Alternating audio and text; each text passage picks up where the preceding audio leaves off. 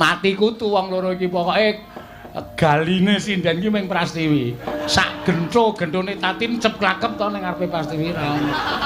Lah iki urusan pribadi kok aku melu-melu salah meneh. Rawani ya ya. Iki rawani kalah ayu kok. Aduh. Pelanggaran iki. Inggih, Bu.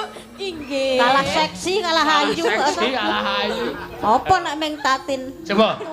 Oh. Maju pamerke, Apa wani ngono kuwi? Halo. Ayo, lho. Piye? Golane. Iya. Si Pak kowe Pola. wani Mbak Tatin apa wani Mbak Tatin? Aku kalah nek karo ibu kan. Kalah. Nang menange siji aku. Apa? Rada dhuwur. Oh. Ngece. Wis. Ngece. Ya apa-apa cendek kok wis ben kok. Ya apa-apa. Ning ayu, egolane ya apik. Rasah muni ngono, mau wis Apik. kenyek kok saiki melek ayu. Aku elek ayu kowe. Dan ora. Ayo dadi malih ngapa?